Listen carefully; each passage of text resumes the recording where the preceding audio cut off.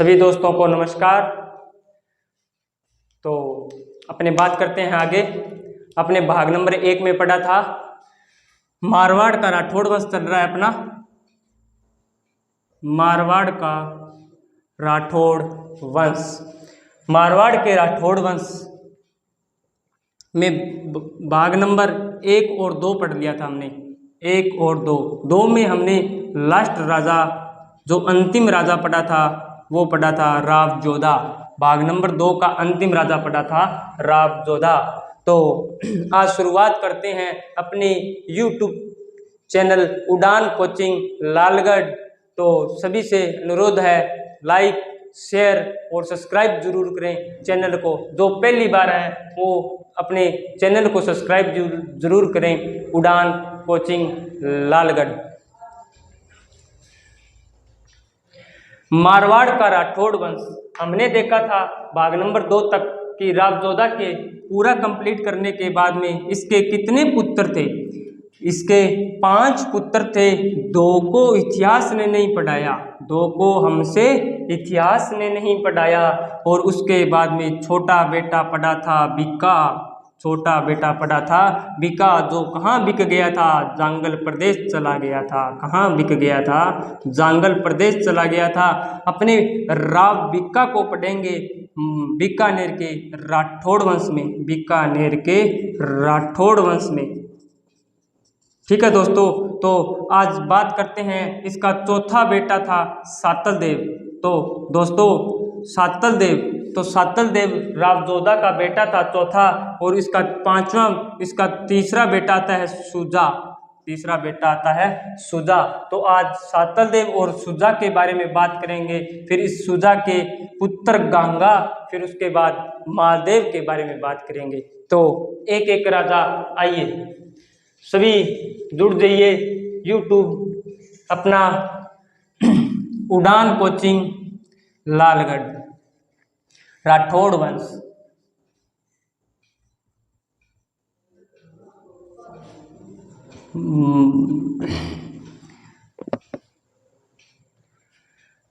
तो राव जोधा का पुत्र था राव सातल। राव सातल ये जोधपुर का शासक बना था। राव सातल देव, राव सातल देव, राव सातल देव। इसका जो शासनकाल आता है वो है 1489 से 1489 से लेके 1492 तक। अगर हिंदी में बात करूं 1489 से 1492 तक किसका शासनकाल है, सातल देव का। सातल देव जोधा का पुत्र था। सातल देव जोधा का पुत्र था। जोधा का पुत्र कौन था, सातल देव। तो जोधा से जोधपुर, जोधा से जोधपुर में एक गांव आता है, उसका नाम था पीपाड़। क्या नाम आता है, पीपाड़ गांव।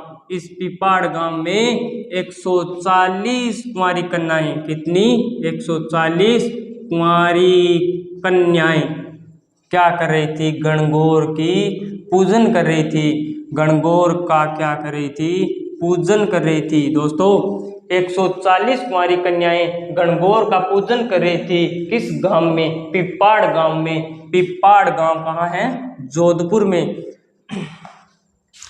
गणगौर त्योहार, गणगौर त्योहार तो चैत्र शुक्ल अष्टमी को बनाया जाता है, चैत्र शुक्ल तृतीया को बनाया जाता है। सॉरी दोस्तों, गणगौर त्योहार चैत्र शुक्ल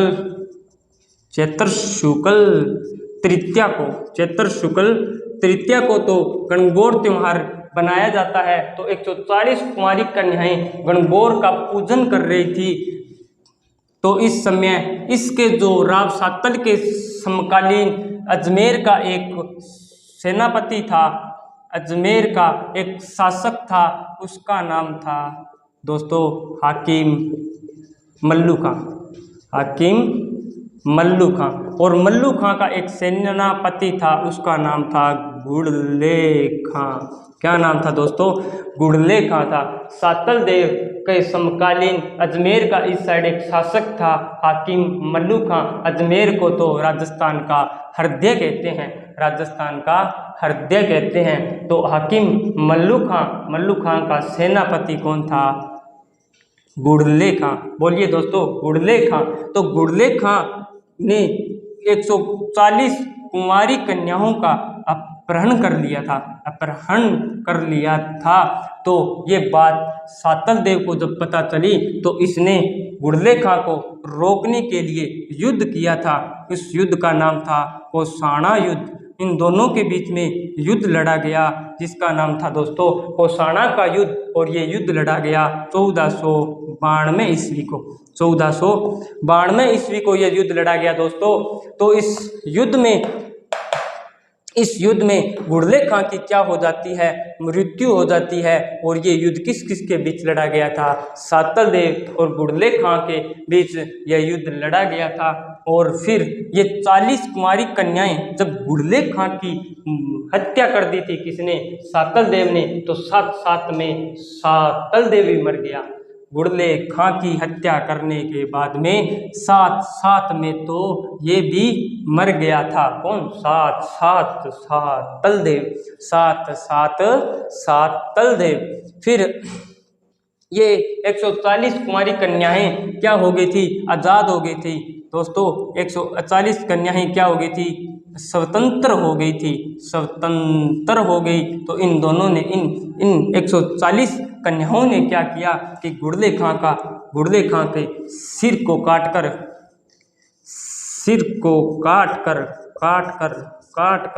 कहाँ? अपने गांव पिपाड़ गांव। कौन सा गांव था इनका? अपना गांव पिपाड़ गांव में, पूरे पिपाड़ गांव में घुमाया था सिर को। छिद्रित सिर को पूरे गांव में घुमाया था किन्होंने? 144 कुंवारी कन्याओं ने। फिर किसकी याद में दोस्तों? गुड़ले खां की याद में मारवाड़ में तो गुड़ला नृत्य किया गया था। किसकी याद में? गुड़ले खां की याद में दोस्तों। गुड़ले खां की याद में पिपाड़ गांव में गुड़ला नृत्य का शुरुआत हुई थी। और पिपाड़ गांव कहाँ पे था? जोधपुर में। और जोधपुर तो मारवाड़ का क्षेत्र था। क्वेश्चन आएगा परीक्षा की दृष्टि से, मारवाड़ क्षेत्र का प्रसिद्ध नृत्य कौन सा है? तो गुड़ला नृत्य है। तो ये गुड़ला नृत्य तो चैत्र कृष्ण अष्टमी को किया जाता है। चैत्र कृष्ण अष्टमी को, चैत्र कृष्ण अष्टमी को, मतलब चक्का जाम। देखिए चक्का, तो जब गुड़ला नृत्य होता है तो क्या हो जाता है? चक्का। चैत्र कृष्ण अष्टमी, इसी दिन चैत्र कृष्ण अष्टमी के दिन चक्का धाम में दो और त्योहार मनाए जाते हैं। एक तो जैन धर्म के प्रथम तीर्थक थे ऋषभदेव। कौन थे? ऋषभदेव की जयंती बनाई जाती है दुलेर उदयपुर में। फिर अपने बात करते हैं दुलेर उदयपुर में ऋषभदेव जी की जयंती बनाई जाती है। ऋषभदेव जी तो केसरिया नाथ कहते हैं, इसे तो कालानाथ जी कहते हैं। ऋषभदेव तो आदिनाथ है कहते हैं। और जैन धर्म के प्रथम तीर्थक बोलते हैं किसको? ऋषभदेव जी को। तो इस दिन चक्का जाम हो जाता है। तो कौन सा नृत्य होता है मारवाड़ में? गुड़ला नृत्य। तो मारवाड़ की महिलाएं छिद्रित मटके पे, इधर छिद्रित मटके में दीपक रखकर, क्या रखकर? दीपक रखकर, आ रही मटको। छिद्रित मटके में क्या रखा जाता है? छिद्रित मटके में दीपक रखकर, छिद्रित मटके में क्या? दीपक रखकर जो नृत्य किया जाता है वो दोस्तों नृत्य मारवाड़ का गुड़ला नृत्य कहलाता है। और इसी दिन एक जयपुर में शीतला माता की जो कि सील डूंगरी पहाड़ी पे है। सील डूंगरी पे पहाड़ी पे मंदिर है किसका? शीतला माता का। सील की डूंगरी पड़ती है चाकसू जयपुर में। तो शीतला माता का मंदिर कहाँ है? चाकसू जयपुर में। कौन सी पहाड़ी पे? सील की डूंगरी। सील की डूंगरी कहाँ है? चाकसू में, सील की डूंगरी पहाड़ी। फिर मैं बात करूं चाकसू, इसी दिन 3 चक्का धाम, चक्का मतलब चैत्र कृष्ण अष्टमी को ऋषभ देव की जयंती, शीतला माता की पूजा और गुड़ला नृत्य तो कहाँ का है? मारवाड़ का है। तो दोस्तों इसका आप स्क्रीनशॉट लीजिए, फिर आगे चलते हैं।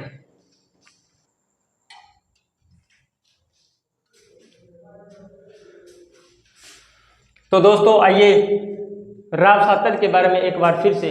1400 इनका शासनकाल था, 1489 से लेके 1492 तक।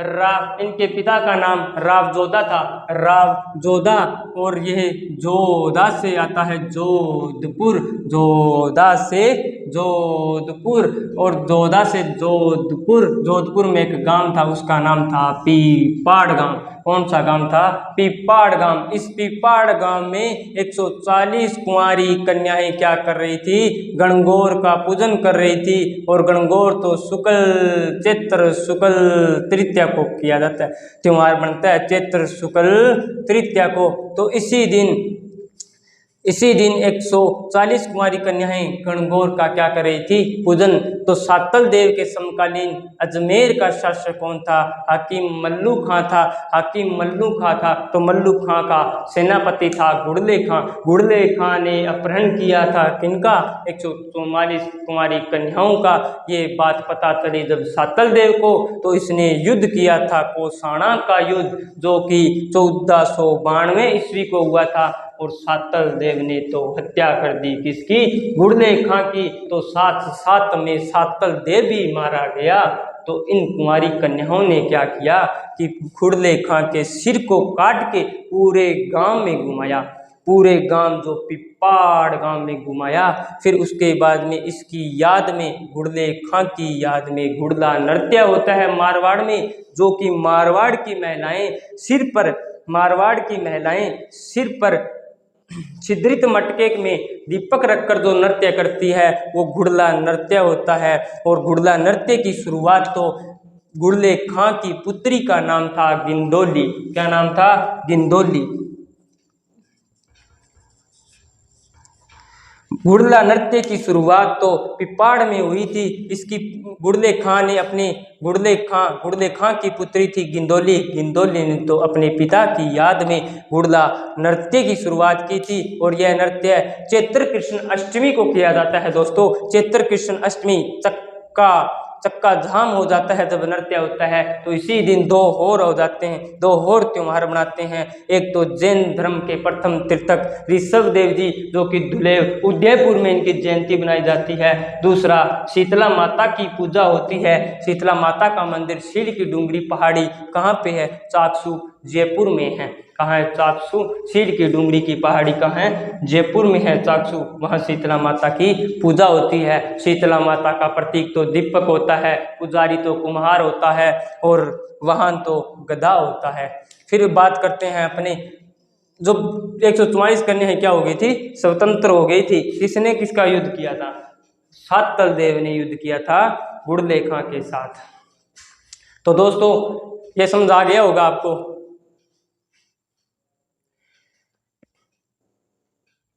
स्क्रीनशॉट ले लिया?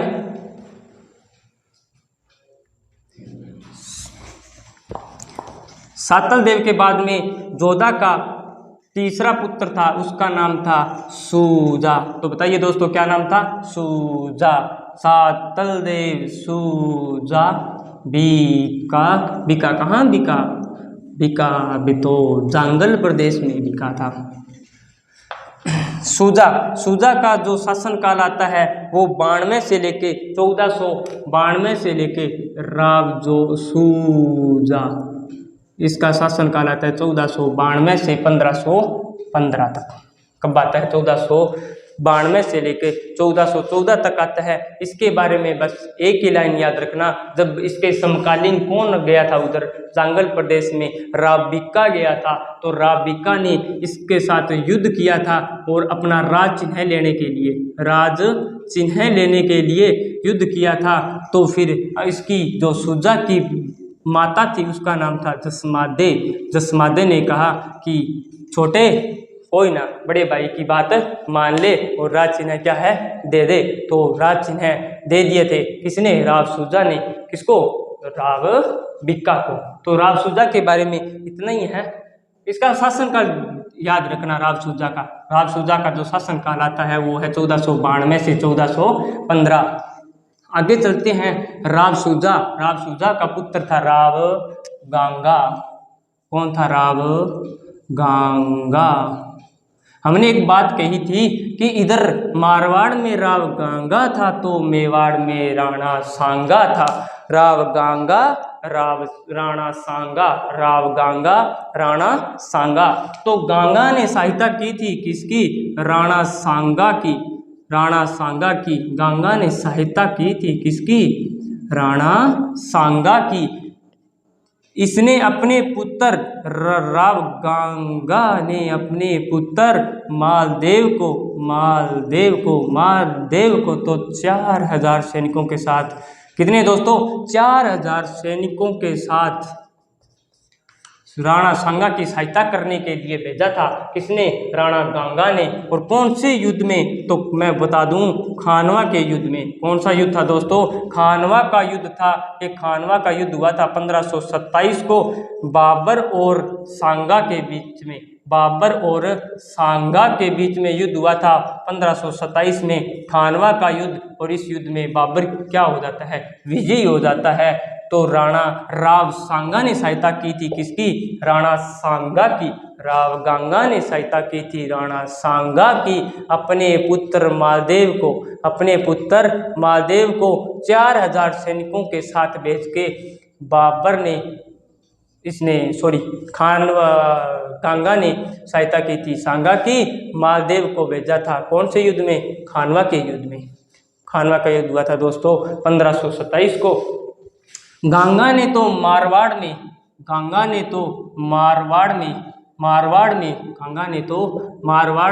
गंगलाव तालाब का निर्माण करवाया था। गंगलाव तालाब का निर्माण करवाया था किसने, राव गांगा ने। और इसने तो अपने नाम पे ही गंगश्याम मंदिर का निर्माण करवाया था। गंगश्याम मंदिर का निर्माण करवाया था किसने, राव गांगा ने। तो गांगा के बारे में एक बार फिर से सुन लीजिए। राव गांगा ने सहायता की थी राणा सांगा की। राणा सांगा की, सांगा था मेवाड़ का, राव गांगा था मारवाड़ का। तो इसने, राव गांगा ने अपने पुत्र मालदेव को 4000 सैनिकों के साथ खानवा के युद्ध में सहायता करने के लिए भेजा था। तो खानवा का युद्ध हुआ था 1527 में राणा सांगा और बाबर में। तो बाबर क्या हो जाता है, इस युद्ध में विजयी हो जाता है। तो दोस्तों स्क्रीनशॉट ले लीजिए इसका।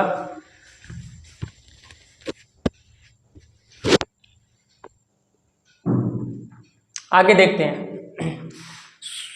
गांगा का पुत्र था मालदेव।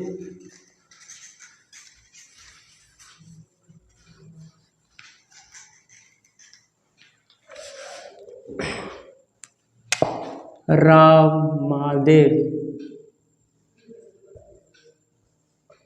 गंगा का पुत्र कौन आता है, राव मालदेव।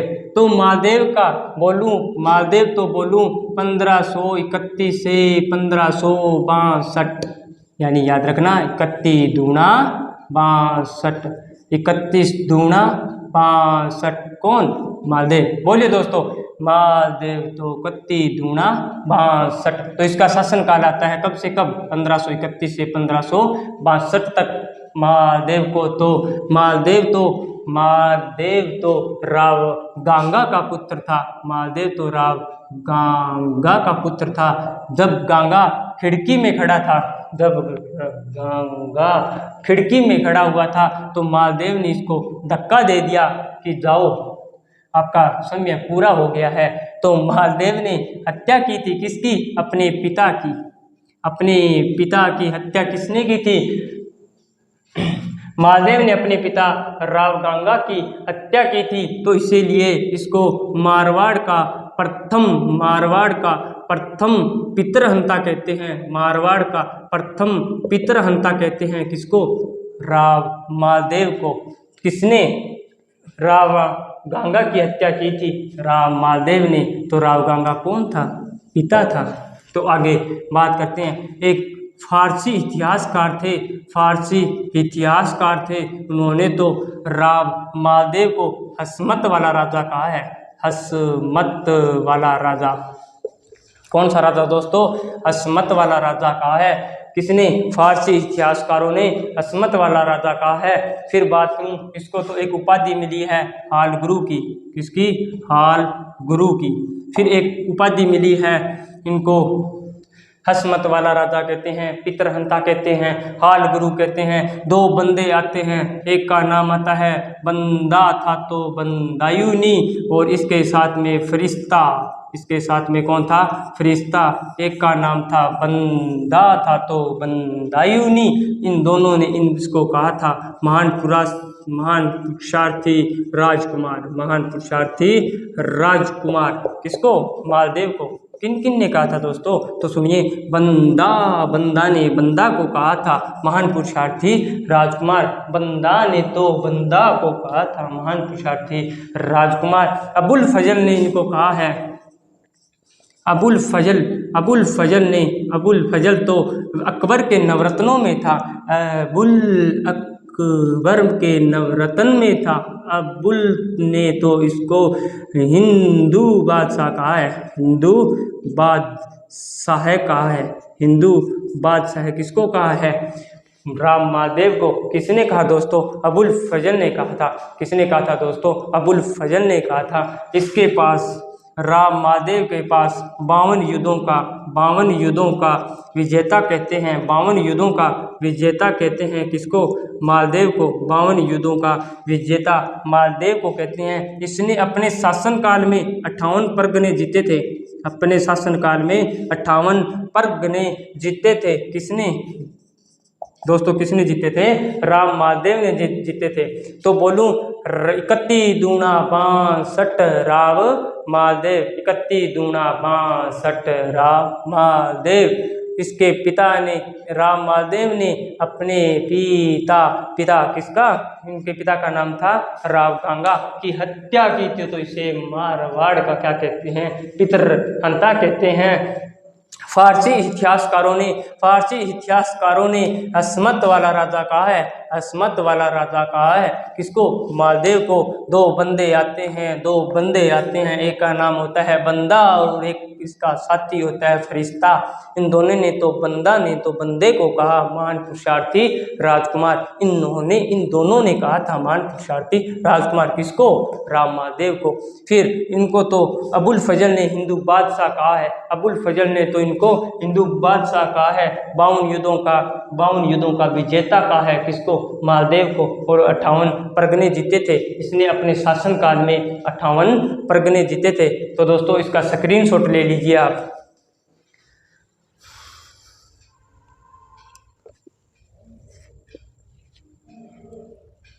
आगे बात करते हैं राव मालदेव का। राव मालदेव के बीच एक शासन आता है, उस शासन का नाम राव मालदेव के शासनकाल में एक सन आता है जिसका नाम या सन को बोल दूं तो उस सन का था 1541। कौन सा सन था? 1541 ईस्वी। मालदेव के शासनकाल में सन आया था 1541 ईस्वी। तो मालदेव का राज्याभिषेक कब हुआ था? 15 दूना 31 को। तो 31 को राज्याभिषेक होता है। मालदेव का मृत्यु कब होती है? 65 को होती है। तो इन दोनों के बीच में एक सन आया था, सन 1541 आएगा। तो बीकानेर का इस शासन काल था जब मालदेव का समकालीन था। इस समय राव जेतसी, बीकानेर का कौन था? राव जेतसी था। और मारवाड़ का था राव मालदेव। मारवाड़ में तो इधर राव मालदेव थे, तो इधर बीकानेर के थे राव जेतसी। तो मालदेव पढ़ रहे हैं तो मालदेव ही आएगा दोस्तों। तो इन्होंने फाबा या साहबा का युद्ध किया था। 1541 में युद्ध हुआ था इन दोनों के बीच में, पहबा या साहबा का युद्ध, पहबा या साहबा का युद्ध हुआ था, पहबा या साहबा का युद्ध हुआ था। ये युद्ध फलोदी में हुआ था। पहबा या साहबा स्थान पड़ता है फलोदी। फलोदी को तो राजस्थान का सुख स्थान कहते हैं, फलोदी तो जोधपुर में है दोस्तों, फलोदी तो जोधपुर में है। पहबा या साहबा जो स्थान पड़ता है वो कहाँ पड़ता है, फलोदी में। और फलोदी कहाँ है दोस्तों, जोधपुर में है। तो इस युद्ध में राव जेतसी की क्या हो जाती है, मृत्यु हो जाती है। और मालदेव के 2 सेनापति थे इस युद्ध में, एक का नाम था जेता और एक का नाम था दोस्तों कुंपा। क्या नाम था, जेता और कुंपा थे इसके 2 सेनापति थे, किसके, मालदेव के। मालदेव ने युद्ध लड़ा था बीकानेर के राव जेतसी के साथ, पहबा या साहबा का युद्ध। राम मालदेव पहबा या साहबा का युद्ध लड़ा था, जो किसने, मालदेव और जेतसी ने। तो इस युद्ध में मालदेव के 2 सेनापति थे जेता और कुंपा, उन्होंने, और इनके राव जेतसी। तो इस युद्ध में मालदेव क्या करता है, राव जेतसी की हत्या कर देता है। इस युद्ध में राव जेतसी की क्या कर देता है, हत्या कर देता है। और मालदेव क्या है, विजयी हो जाता है, मालदेव विजयी हो जाता है। फिर एक सन आता है 1544, 5 जनवरी 1544, 5 जनवरी 1544। इस 5 जनवरी 1544 को 5 जनवरी 1544 को युद्ध होता है। इस युद्ध का नाम था सुमेलगिरी का युद्ध, सुमेलगिरी का युद्ध। और इसे ही तो जेतारण का युद्ध कहते हैं, इसे ही तो जेतारण का युद्ध कहते हैं, सुमेलगिरी का युद्ध, जेतारण का युद्ध कहते हैं। ये तो युद्ध राव मालदेव और शेरशाह सूरी के बीच हुआ था। राव मालदेव और मुस्लिम शासक था शेरशाह सूरी। शेरशाह सूरी का नाम तो फरीद था बचपन में, सूरी का नाम तो बचपन में क्या था, फरीद था, फरीद था। तो ये कहाँ से आया था, अफगान से आया था, मुस्लिम शासक था। इन दोनों के बीच में युद्ध होता है और वो युद्ध का क्या नाम है, सुमेलगिरी बोल दो या फिर गिरी सुमेल। कौन सा युद्ध था, गिरी सुमेल युद्ध था। यह युद्ध कब हुआ था, 5 जनवरी 1544 को हुआ था। और इसी युद्ध को तो जेतारण का युद्ध कहते हैं। और यह राव मालदेव और शेरशाह सूरी के बीच युद्ध हुआ था। इस युद्ध में शेरशाह सूरी विजयी हो जाता है। विजय का कारण ये था कि मालदेव के 2 सेनापति थे, एक का नाम था जेता और एक का नाम था कुंपा। 2 सेनापति थे किसके, मालदेव के दोस्तों। तो एक का नाम था जेता और दूसरा का नाम था कुंपा। तो इन दोनों जेता और कुंपा को शेरशाह सूरी कूटनीति से अपनी ओर मिला लेता है, तो बेचारा मालदेव अकेला रह जाता है। तो इस युद्ध में मारा कौन जाता है, राव मारा नहीं जाता, हार जाता है। राव मालदेव दोस्तों हार जाता है इस युद्ध में। और राव शेरशाह सूरी की क्या हो जाती है, विजयी हो जाती है। विजय का कारण था कि सेनापति थे जेता और कुंपा मालदेव के, वो दोनों शेरशाह की कूटनीति से अपनी ओर मिला लेता है। तो जेता और कुंपा किसकी ओर लड़ते हैं, शेरशाह सूरी की ओर लड़ने शुरू कर देते हैं। बेचारा मालदेव अकेला रह जाता है। तो ये भाग के कहाँ आ जाता है, सिवाना दुर्ग में आ जाता है। जो मालदेव था वो सिवाना दुर्ग पड़ता है बाड़मेर में। कहते हैं इतिहासकार में लिखा हुआ है, इतिहासों में लिखा हुआ है कि सिवाना दुर्ग को मारवाड़ के राजाओं की शरण स्थली कहते हैं। मारवाड़ के राजाओं की शरण स्थली कहते हैं इसको, सिवाना दुर्ग बाड़मेर को। जो भी राजा मारवाड़ के थे हार जाते थे तो वो भाग के सिवाना दुर्ग में शरण लेते थे। तभी मारवाड़ का राठौड़ वंश के राजाओं की शरण स्थली सिवाना दुर्ग बाड़मेर है। जब ये यहाँ आ जाता है तो शेरशाह सूरी ने इस युद्ध में कहा कि मैं मुट्ठी भर बाजरे के लिए पूरे हिंदुस्तान की बादशाह खो बैठता। मुट्ठी भर बाजरे के लिए मैं पूरे हिंदुस्तान की बादशाह खो बैठता। ये बात किसने की थी, शेरशाह सूरी ने की थी। फिर दोस्तों इस इन दोनों युद्धों का आप स्क्रीनशॉट ले लीजिए, फिर अपने आगे चलते हैं।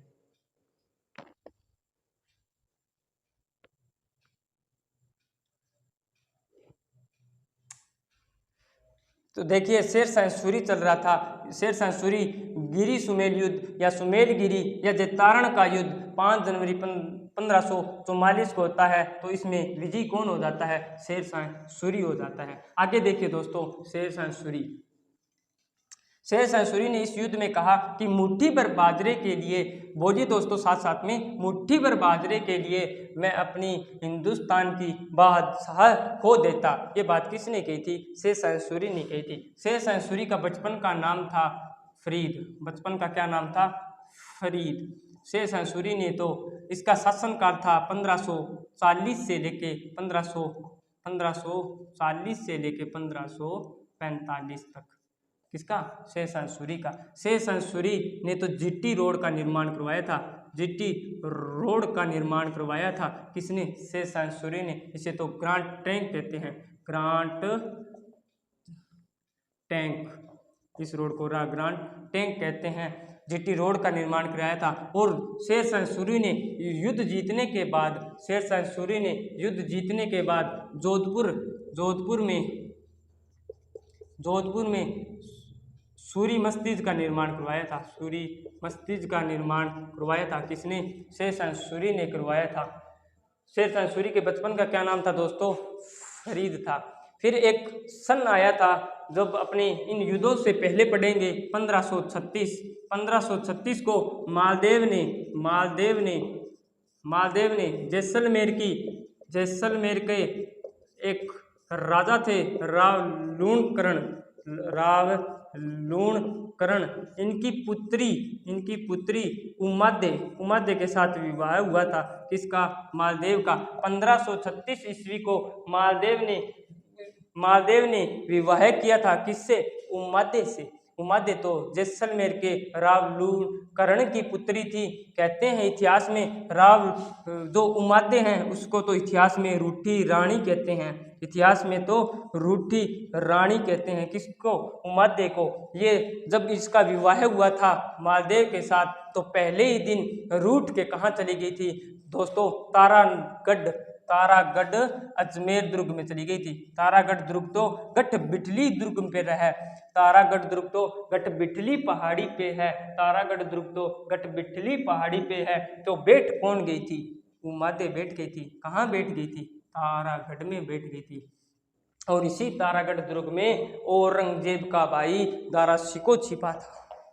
जब आगे बढ़ेंगे अपने, तो इस पहले अब इधर याद कीजिए कि उमादे बेट रूट कर कहाँ चली गई थी? तारागढ़ दुर्ग में चली गई थी। कहाँ चली गई थी? तारागढ़ दुर्ग में चली गई थी। तो दोस्तों तारागढ़ में चली गई। तो रूठी रानी को इतिहास में अगर पूछे आप परीक्षा की दृष्टि से कि रूठी रानी किसको बोलते हैं, तो उमादे को कहते हैं। उमादे किसकी पत्नी थी? मालदेव की पत्नी थी। तो मालदेव की मृत्यु हुई थी 1562 ईस्वी को। मालदेव की मृत्यु हुई थी 1562 ईस्वी को। तो उमादे मालदेव की पगड़ी के साथ सती हुई थी।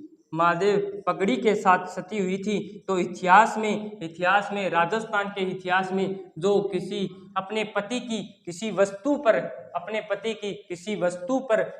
पर क्या हो, सती हो, तो इस प्रथा को अनुमरण प्रथा कहते हैं। इस प्रथा को अनुमरण प्रथा कहते हैं।